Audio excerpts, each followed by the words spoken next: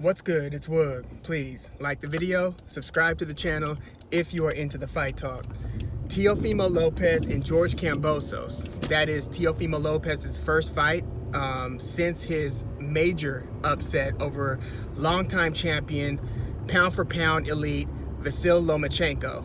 Lopez beat Lomachenko, and George Kambosos is his first mandatory challenger. So Teofimo Lopez's promoter, the icon, Bob Arum, refused to go well above the minimum contractually agreed upon amount of like $1.25 million, or like 1.25 to 1.5 million. It's well below 2 million.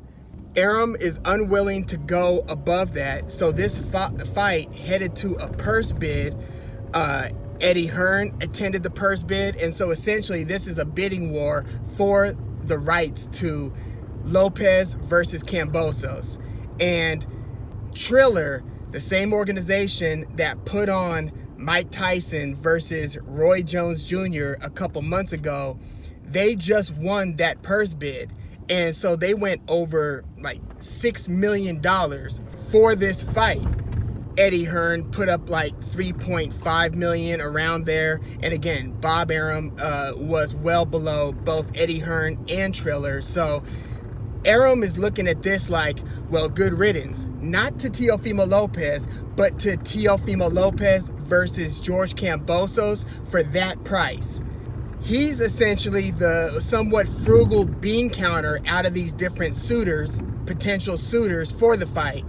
And this is kind of an interesting development in that the question is whether this financial disagreement is going to bleed over into the next Teofimo Lopez fight, assuming he gets by George Kambosos, which he should, but we'll get into that.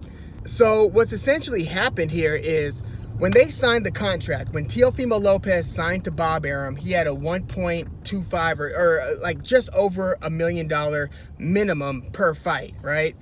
That was the agreed upon amount.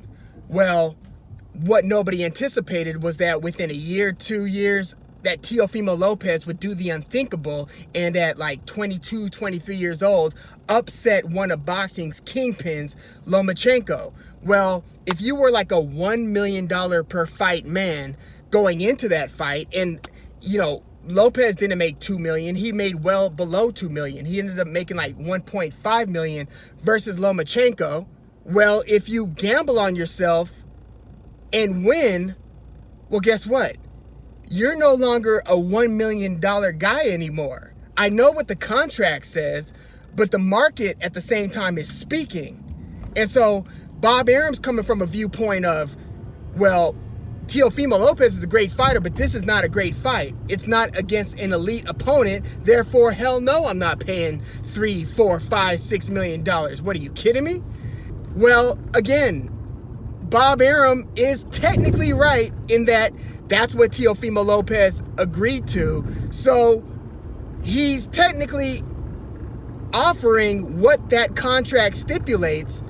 But what I don't think he's factoring in is that circumstances have changed. You've now got a fighter on your hand that's not a $1 million guy. This is an elite attraction now.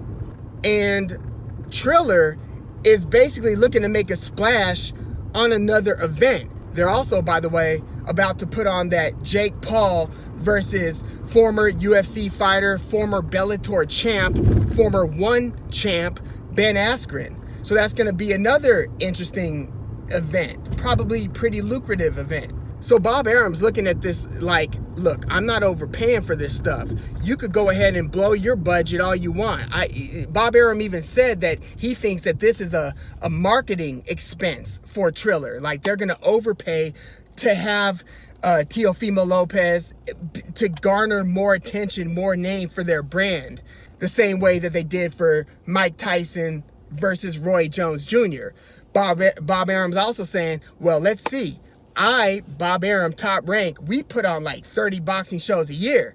These guys are doing a one-off. Let's see, going forward, if they're able to actually maintain a fight schedule and continue to overpay these guys event after event after event. And I get that argument. what I'm not quite clear on is if Bob Arum understands that there's this long-standing narrative that's been developing of Bob Arum, particularly as a promoter, underpaying top-tier talent. You know, they've got Floyd Mayweather and Oscar De La Hoya before him and Manny Pacquiao after him have all at some point left Bob Arum because they just felt that they could earn much more money elsewhere, and they did go on to earn much more money elsewhere. So either Bob Arum's comfortable with being kind of this like middle ground, you know, we'll work together until you think you're at a certain point, and then it's bye-bye because I ain't paying that type of money. You know, if he's carved out that position as a promoter and he's fine with that, then okay, maybe that's what allows him to keep on doing 20 to 30 shows a year, because he's got his margins. He's looking at the dollars and cents of it and saying what business-wise makes sense for him and his brand. But he's also, you know, this also isn't the best look. You know those paintings or those illustrations where you see like, you know, a whole bunch of different, you know, deceased rappers, for instance. You'll have like Tupac, Biggie, Nipsey Hussle, and they're all sitting around a table, you know, acting, you know, you're like, I know that these guys never met each other. Well, Pac and Big met each other, but like XXXTentacion or Juice WRLD might be in the image as well. And you're like, yeah, these guys were never friends, but in the painting, it's kind of showing them all in heaven, like kicking it. Or, you know, you'll see a painting with all the greatest comedians in a barbershop, like they were really all there at the same place at the same time, for real. Red Fox and Dave Chappelle and Eddie Murphy and Chris Rock and George Carlin and so on. But what I'm saying is, you have enough fighters who have left Bob Arum, and you could actually make a painting with fighters that left Bob Arum and have them all cheer, you know, cheersing, toasting to leaving Bob Arum for much, much more money. And so you almost get the impression that if a fighter is with Bob Arum top rank and then they start to do extraordinarily well, that it's only a matter of time before they leave once they realize how much they are being underpaid if you're looking at the true market value of that fighter. So yes, contractually, Teofimo Lopez is only worth what, 1.25, 1.5 million as a minimum. But on the flip side of this, if Eddie Hearn is putting up $3 million or offering $3 to $3.5 million for the fight, and Triller is just going, you know, nearly doubling that, how much is your fighter really worth? You know what I mean? So again, assuming Teofimo Lopez gets by George Kambosos, who, you know, recently had a very, very close, I thought Lee Selby won the fight where George Kambosos won the fight to get in position for this opportunity. I thought Lee Selby won. It was a close split decision. Before that, he had Kambosos won another split decision win against Mickey Bay. Before that, he was fighting on Pacquiao undercards. He was on the Pacquiao versus Broner undercard. He was on the Pacquiao versus Lucas Matisse undercard, beating Filipinos on those two cards. So Kambosos is a very capable fighter. It's just that in these last few performances, we've seen very young Teofimo Lopez just looking extraordinary, except for his, you know, tougher win versus Nakatani, which we've seen Nakatani fight since that, and it turns out he's a pretty bad boy himself. So even that win for Teofimo Lopez is aging pretty well. Nakatani just finished former Olympian Felix Verdejo in a very, very tough fight. But yeah, Nakatani's very durable, very dangerous. So Teofimo Lopez is looking spectacular. So anybody who's looking at this Lopez versus Kambosos fight has to come away with, well, Teofimo Lopez should be the big favorite here. You know, anything could happen, obviously, and we'll get into an actual fight breakdown analysis video once that fight's officially made and has a date, has a venue, and so forth. But for Lopez's next fight after Kambosos, is Bob Arum gonna open up the wallet and say, you know what, you did make less than $2 million in that fight versus Lomachenko. You also, you know, I also wasn't gonna give you nearly what you wanted for that fight versus Kambosos, but maybe we could find an agreement that works for both of us. Basically, can they come to an agreement? Because Teofimo Lopez is, you know, he's on cloud 9 right now. He is kind of the dude. You know, they say to be the man, you got to beat the man. Ric Flair quote. Well, Teofimo Lopez took that huge gamble that could have gone terribly wrong, came out on top, and to the victor go the spoils. So he is basically saying, F you, pay me. And we're about to see if Teofimo Lopez gets by Kambosos, how that's going to work out financially between Top Rank and Teofimo. You know, if Teofimo agrees to fight Devin Haney, or a rematch with Lomachenko, or, you know, you name it, Ryan Garcia, any one of these 145 killers, or if he does go up to 140 to take on the winner of Josh Taylor versus, I was going to say Regis Prograis, that was 2 fights ago, but against Jose Ramirez, in their title unifying fight, all 4 major belts on the line, so whoever comes out of that Taylor versus Ramirez fight is going to be holding all 4 belts. If Teofimo Lopez goes up from 135 to 140 to take on one of those guys who are also on Top Rank, ESPN, is Bob Arum going to even be able to make that fight? Does he see that as a super duper fight? The boxing community does, but does Bob Arum see that as a blockbuster fight to where it's worth paying both of these guys what they want and thinking that he, Bob Arum, can earn a profit on the fight? Because what he doesn't want to do is overpay one or both guys to where he's in the red in the fight.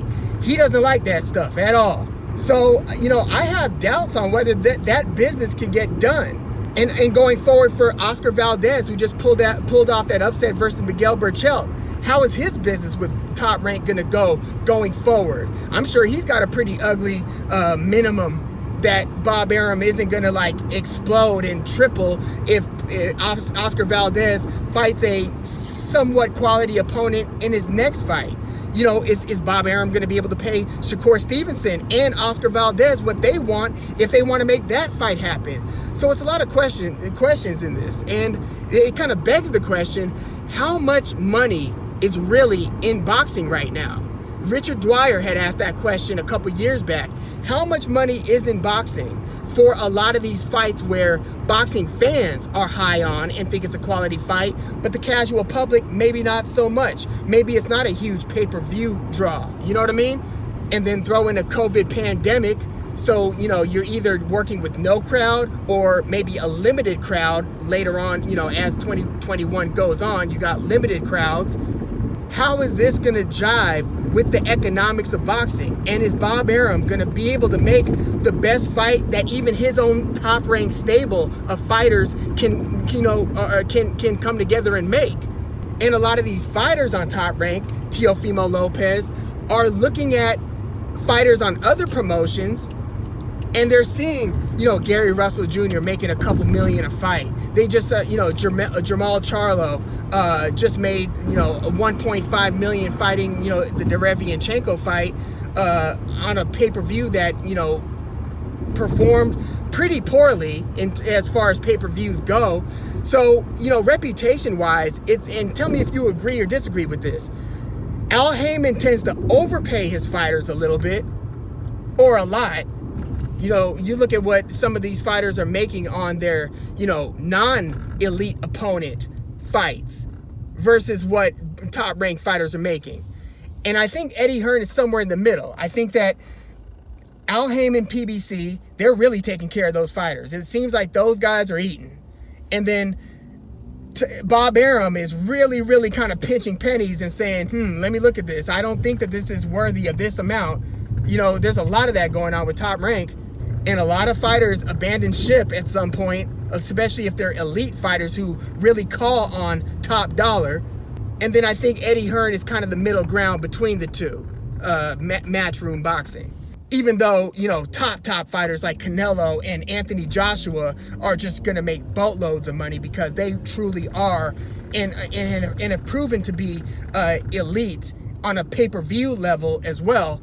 But yeah, this is a very, very big development that this fight is not going to be on ESPN. Teofimo Lopez versus George Kambosos is going to be through Triller. We'll see if it's probably a pay-per-view that might do well because of the star power of Teofimo Lopez's name, especially if they don't charge $60-70 for the pay-per-view. They charged well below that on their last one, and so that it looks like that could be a new strategic model to up the pay-per-view buys and possibly the overall revenue from the pay-per-view. So yeah, very interesting development. It's going to be interesting to see how business is conducted between Teofimo Lopez and Top Rank going forward.